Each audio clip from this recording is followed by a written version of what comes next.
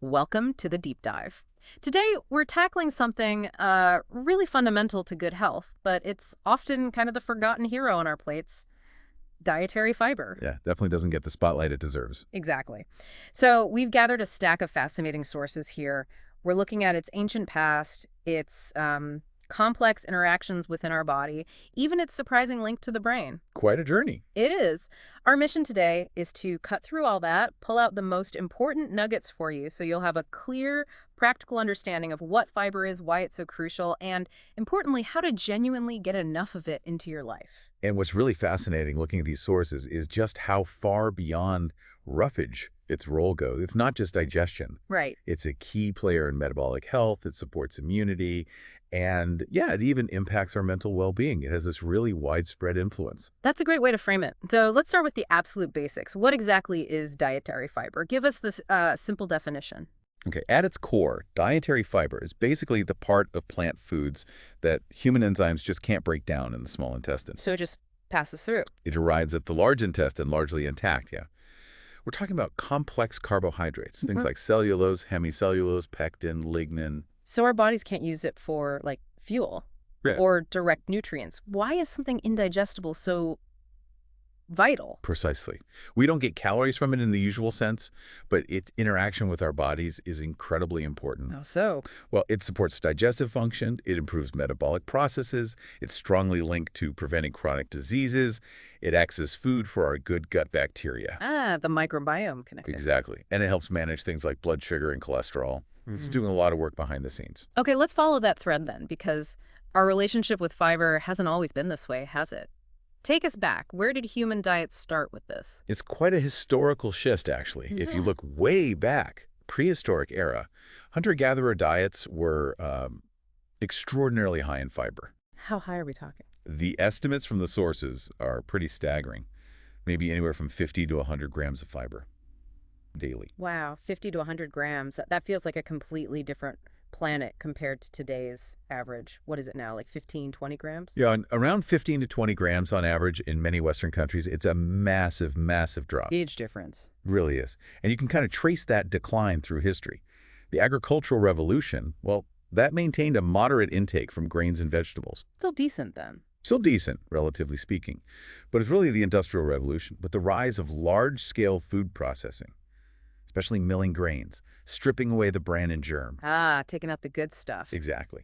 That's when you see this steep drop in fiber intake. And this isn't just some historical trivia, is it? This change seems to line up pretty closely with the rise of certain health problems. That raises a really important question. Yes. It's hard to ignore the correlation. This significant reduction in fiber seems to coincide, almost uncannily, with the increasing prevalence of what some called the diseases of civilization. Like what? Things like type 2 diabetes, colon cancer, heart disease, conditions that were apparently quite rare in those older communities eating high-fiber traditional diets. And this link wasn't really common knowledge until, what, the 70s? Wasn't there a Dr. Burkitt involved? Dennis Burkitt, yes. He was a British surgeon working in Africa, and he made this really powerful observation. What did he see? He saw that rural African populations, still eating traditional high-fiber diets, had dramatically lower rates of these very diseases that were becoming rampant in Western nations. This led him to propose the fiber hypothesis, basically, the idea that a lack of fiber was a major driver behind these modern health issues. And his work really pushed the science forward, didn't it? Made people see fiber as more than just bulk. Absolutely. It shifted the perspective. Fiber wasn't just inert roughage anymore. It was recognized as a vital protective component of our diet. His observations really kick-started a lot of the research we rely on today. Okay, so we know what it is, we've got the history. But the sources are clear. Fiber isn't just one thing. There are different types, right? That's crucial. Understanding the types helps explain its diverse effects.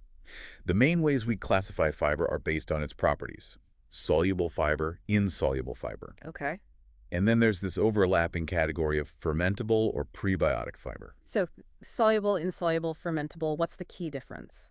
It mostly boils down to how they interact with water. Do they dissolve or not? That's solubility. And importantly, can the bacteria in your large intestine ferment them? Those properties really dictate what they do in your body. Got it. Let's break down soluble fiber first. What's its deal? Soluble fiber, well, it dissolves in water. It forms this sort of gel-like substance in your digestive tract. That gel, what does that do? That gel actually slows things down, slows digestion, slows nutrient absorption.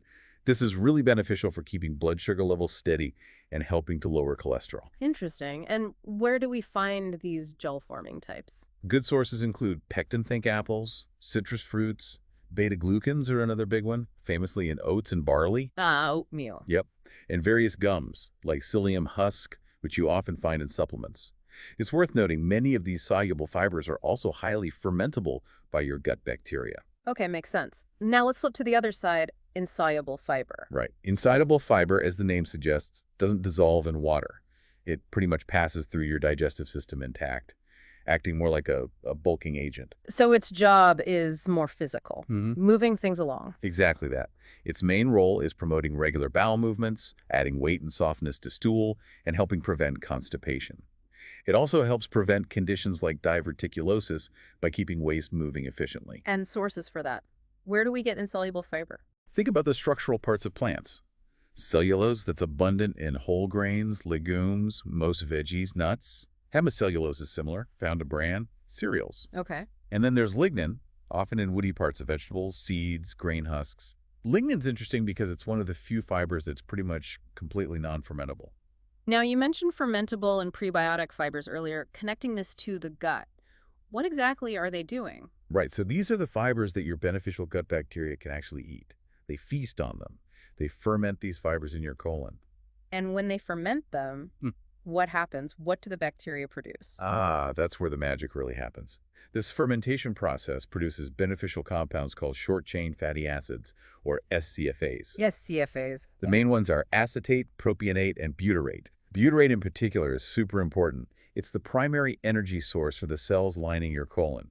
Fuel for the gut lining itself. Precisely. Which is crucial for keeping that gut barrier healthy and strong. But beyond that, these SCFAs act as signaling molecules throughout your body, influencing metabolism, appetite, even your immune system. Wow. So what are some examples of these specific prebiotic fibers, the ones that really feed the good bugs? Classic examples are things like inulin and oligofructose. You find this in onions, garlic, chicory root. Resistant starch is another key one. Resistant starch, where's that found? You get it from things like cooked and cool potatoes or rice, green bananas, legumes. And like we touched on, many soluble fibers, pectin, beta-glucans, are also highly fermentable. So there's overlap. So it's clear fiber only comes from plants. And with all these different types doing different jobs, it sounds like getting a variety is really important. Where do we actually find this stuff on our plates? Diversity is absolutely paramount if you want the full spectrum of benefits. And yeah, only plants. Let's look at some maybe surprising powerhouses from the sources. Yeah, give us some highlights. Okay, well, seeds and nuts often fly under the radar, but they can be seriously fiber-rich. Sunflower seeds, pistachios, they can hit double-digit grams of fiber per 100 grams. Double digits. Nice. Yeah, they give you great insoluble fiber, help you feel full too. Good tip. What about other staples? Legumes are fantastic, just fantastic. Navy beans, split peas, kidney beans, lentils. They offer this wonderful mix of both soluble and fermentable fiber. Okay. And then, of course, whole grains oats with their beta-glucans, quinoa, which is also a complete protein, brown rice. And that difference between whole grains and refined grains we talked about earlier, it's huge, right? It's staggering, honestly. That's where you really see that historical decline we mentioned. A whole grain might pack 12, maybe 15 grams of fiber per 100 grams. Wow. But the refined version, like white flour or white rice, it can be down to just 1 to 3 grams. You lose almost all of it in the processing. That difference is incredible. And fruits and vegetables. Can't forget those. Absolutely essential. Dried fruits like figs and prunes are super concentrated sources. Fresh fruits like pears eat the skin, apples with their pectin. All great. And veggies. Load them up. Artichokes are surprisingly high, plus they have that prebiotic inulin. Brussels sprouts, kale, broccoli. Most non-starchy vegetables give you fiber with very few calories, and often they contain prebiotics too. The key really is variety and volume. Eat the rainbow, as they say. Okay, let's unpack the journey then. We've talked types, sources, but how does this all actually play out inside our bodies once we eat fiber? Right, so the journey starts with chewing. Obviously, that mechanical breakdown helps. Then in the stomach, Soluble fiber especially starts doing its thing, slowing down how quickly food leaves the stomach. Which helps with feeling full, Exactly, contributes to satiety. Then it moves into the small intestine. where other nutrients get absorbed, Yeah. but the fiber. The fiber cruises through. Crucially, our human enzymes can't break it down here. It passes largely intact, but its physical presence, that gel from soluble fiber, the bulk from insoluble fiber, it influences the absorption of other things like glucose and fats. Okay, slows things down a bit. And then it hits the large intestine. And this is where it gets really interesting, right? Party time for the gut bacteria. Absolutely. This is fiber's main stage. The large intestine is packed with trillions of bacteria, and they have the enzymes needed to go to work on those fermentable fibers we discussed. And that fermentation is what creates those beneficial SCFAs. Yeah. Acetate, propionate, butyrate. That's the process. And butyrate, as we said, is a powerhouse. It's the preferred fuel for your colon cells, keeping that gut lining healthy and strong.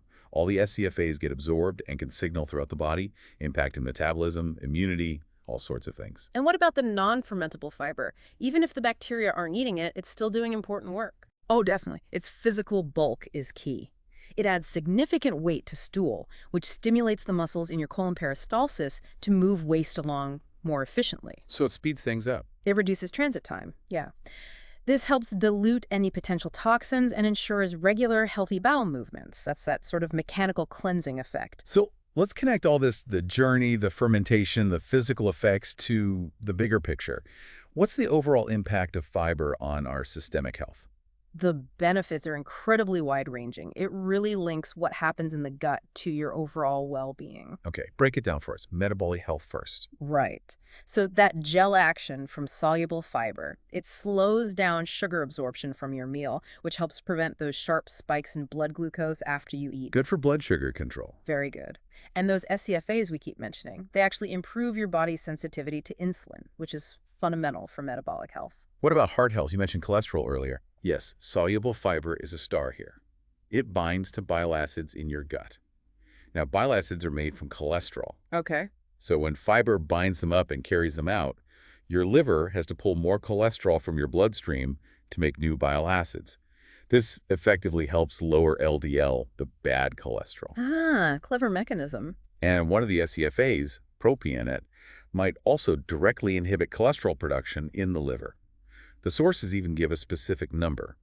For every extra 7 grams of fiber per day, you could see about a 7–9% reduction in coronary heart disease risk. That's a really concrete benefit. Okay, what about gut health itself and its link to immunity? This is where that prebiotic effect shines. By feeding the beneficial bacteria like bifidobacteria, lactobacilli with fermentable fiber, you encourage them to thrive. Creates a healthier gut environment. Exactly.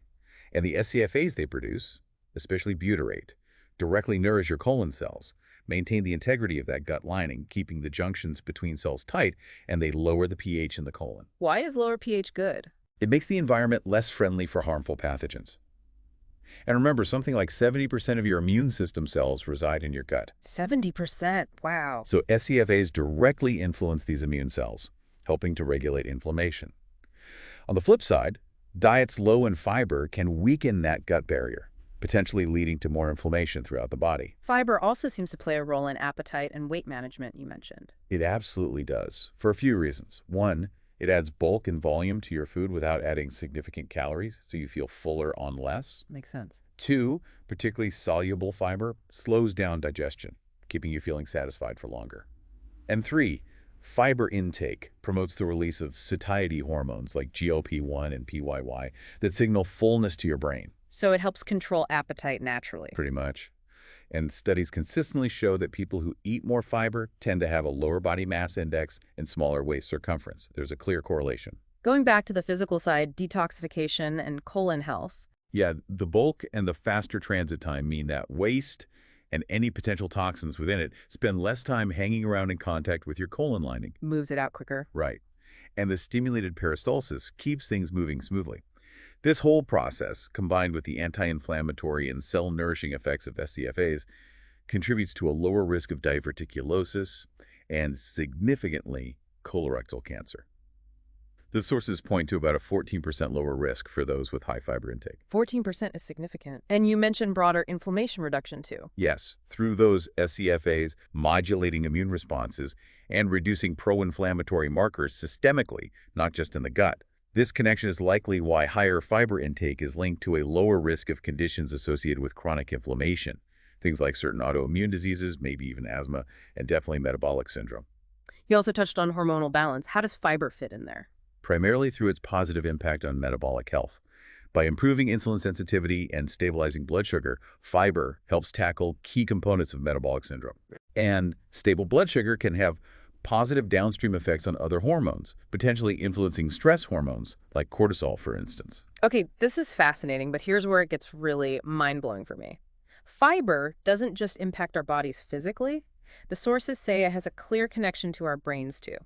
This really highlights the power of the gut-brain axis. Right. It's this constant, complex, two-way communication highway. Two-way. Absolutely. Yeah. Involving nerves, hormones, immune signals, and critically, signals from our gut microbes. Fiber is a major player, a key mediator in this whole conversation. So how do those SCFAs produced way down in the gut actually reach and affect the brain? Well, believe it or not, they can actually cross the blood-brain barrier. Or right into the brain? Some can, yes. And once there, they have multiple effects. They can help reduce neuroinflammation, kind of quiet down inflammatory signals within the brain itself. Okay. And what's really cool is that SCFAs, especially butyrate, can influence which genes get turned on or off in brain cells. Right. They act as HGAC inhibitors, meaning they can affect genes related to brain plasticity, the brain's ability to adapt and change, and also genes involved in memory formation and learning. So we're talking potential improvements in things like mood and cognitive function, learning, memory. Exactly. Less neuroinflammation, enhanced plasticity. It all points towards potentially improved mood, better cognitive function, maybe even greater resilience to stress. The potential is huge. And what about the neurotransmitter link? Things like serotonin. Ah, yes, a major connection. Your gut microbes, when they're well fed with fiber, are heavily involved in producing or stimulating the production of key neurotransmitters. Like serotonin, I hear most of it is made in the gut. That's right. Estimates are around 90–95% of your body's serotonin, often linked to mood. Happiness is produced or initiated in the gut. Beneficial microbes and the SCFAs they produce influence its synthesis. And they also play roles with calming neurotransmitters like GABA and are linked to dopamine and acetylcholine, which impact motivation, pleasure, learning, and memory. A balanced, fiber-fed microbiome helps optimize these levels, supporting mental and emotional stability. And that gut barrier we talked about, keeping it strong, that's also linked to brain health. Absolutely critical. Butyrate fuels the colon cells and strengthens those tight junctions, holding the gut lining together. This prevents what's often called leaky gut. And why is preventing leaky gut so important for the brain? What's the danger? Because if that barrier becomes compromised, substances that should stay inside the gut, like bacterial fragments or undigested food particles, can leak into the bloodstream. Not good. Not good at all. This triggers a low-grade, chronic inflammatory response throughout the body. And that inflammation can disrupt brain signaling, worsen conditions like anxiety and depression, and over the long term, contribute to cognitive decline. So fiber helps protect the brain from this inflammatory onslaught by keeping the gut barrier strong. Okay, my mind is officially blown. Hearing about all these profound benefits, from digestion to mood, what does this actually mean for our daily habits? How much fiber do we really need to aim for? Well, the recommendations are pretty consistent across the major health organizations, though the exact numbers can vary slightly.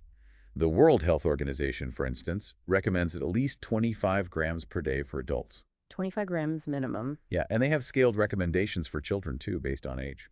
And what about in the U.S.? Are the numbers similar? U.S. guidelines typically suggest a bit more for men, generally around 21–25 grams per day for women and 30–38 grams per day for men. 38, okay. There's also a common guideline based on calorie intake, aiming for about 14 grams of fiber per 1,000 calories you consume. I think I saw the UK sets the bar even a bit higher for adults. They do, yeah. Yeah. The UK recommendation is 30 grams per day or more for adults, again with adjusted targets for kids and teens. And the big challenge, as you pointed out right at the start, is that most of us, well, we're falling way short of these goals, aren't we? That 15–20 gram average. Unfortunately, yes. There's a pretty significant fiber gap for a lot of people, especially in industrialized countries, We're just not eating enough plant foods, generally speaking. So how can someone listening right now realistically bridge that gap? How do you actually get to 25, 30, or even 38 grams without feeling like you're eating cardboard? Practical tips. It's definitely achievable. It's about making conscious choices throughout the day. The goal should be to include fiber-rich plant foods in pretty much every meal and snack. Like what specifically? Aim for at least, say, 5 servings of fruits and vegetables daily.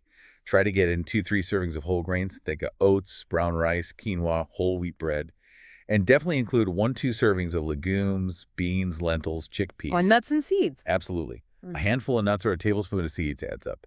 If you imagine a day, maybe oatmeal with berries and chia seeds for breakfast, Okay. a big salad with chickpeas, or a hearty lentil soup for lunch. Yep. Then maybe some salmon with roasted vegetables and quinoa for dinner, plus snacking on an apple and some almonds. You can easily hit that 30-gram mark or more. Okay, that sounds doable when you break it down like that. Any other quick tips? Read food labels. Look for foods that offer at least 3 grams of fiber per serving. That's a good benchmark. Always choose the whole food version over the refined one whenever you can. Whole wheat versus white bread, brown rice versus white rice. Exactly. And make your snacks count. Swap chips for veggie sticks with hummus, or grab a piece of fruit instead of a candy bar. The more color and variety you have on your plate from plants, the better your fiber intake and mix will likely be. Fiber clearly sounds like this incredibly powerful tool for health. But are there any potential downsides? Anything to be cautious about, especially if you're suddenly trying to eat a lot more? That's a really important point. Yes, there can be some hiccups, especially if you increase your intake too quickly. The most common issue is, well, digestive discomfort. You mean like bloating, gas, maybe some cramping? Exactly those things. It's primarily because you're giving your gut bacteria a much bigger feast than they're used to. That fermentation process naturally produces gas. Your microbiome needs a little time to adapt. So take it slow. What else? I've heard, kind of counterintuitively, that too much fiber can sometimes cause constipation. How does that work? It absolutely can if, and this is a big if, you don't increase your fluid intake at the same time. Fiber, especially insoluble fiber, needs water to do its job properly. Ah, it needs liquid to bulk up and move smoothly. Precisely. Without enough water, it can actually clump up and slow things down, leading to Wow. constipation. So hydration is absolutely crucial when you're upping your fiber. Aim for at least 8-10 cups, that's about 2.5 liters, of water or other fluids per day minimum. Okay, water, water, water. Got it. Are there any concerns about fiber interfering with absorbing minerals? There can be, yes. Some high-fiber foods contain compounds called phytates, which can bind to certain minerals like calcium, iron, and zinc in the gut, potentially reducing their absorption slightly. Is that a major worry for most people? For most people, eating a varied and adequate diet, probably not a major issue. It might be more of a consideration for individuals whose diets are already marginal in these minerals, perhaps some vegans or the elderly. But you can mitigate this by eating a diverse range of plants, including vitamin C sources, with meals to enhance iron absorption and ensuring overall nutrient adequacy. It's rarely a reason to avoid fiber. What about people with sensitive guts, like irritable bowel syndrome, IBS? Can fiber be tricky for them? Yes, it definitely can be. Some individuals, particularly those with IBS, might react poorly to certain types of highly fermentable fibers. These are often grouped together as FODMA. FODMAP is found in things like onions, beans. Exactly. Onions, garlic, beans, wheat, some fruits. For sensitive people, these can trigger significant gas, bloating, pain, or diarrhea. A personalized approach is really key here. Sometimes a temporary low FODMAP diet, ideally guided by a dietitian, can help identify triggers. Or focusing on gentler soluble fibers like psyllium or oats might be better tolerated than overloading on, say, beans and onions right away. So it's not one size fits all for everyone. Definitely not, especially with IBS. And any interactions with medications we should know about. Good question. Yes, particularly fiber supplements can potentially interfere with the absorption of some medications. Like what?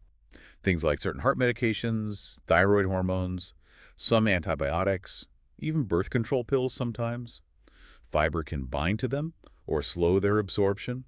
It can also affect the absorption of fat-soluble vitamins A, D, E, K if taken together. So what's the advice there? The general advice is to space out your fiber supplement from your medications by at least 1-2 hours, maybe even longer for some meds.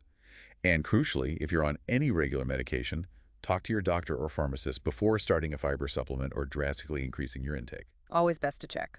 Okay, so let's wrap up the best practices then.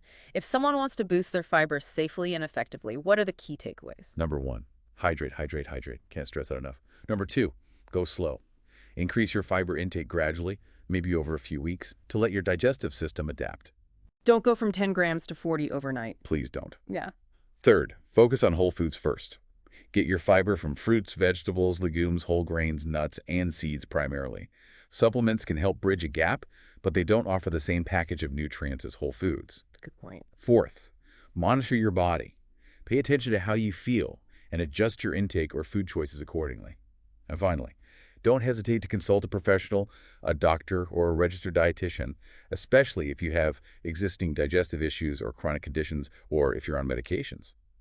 So to kind of recap this whole deep dive, dietary fiber is clearly far more than just, something to keep you regular. It's really a fundamental pillar supporting everything from your metabolic health and immune function right through to your mental well-being.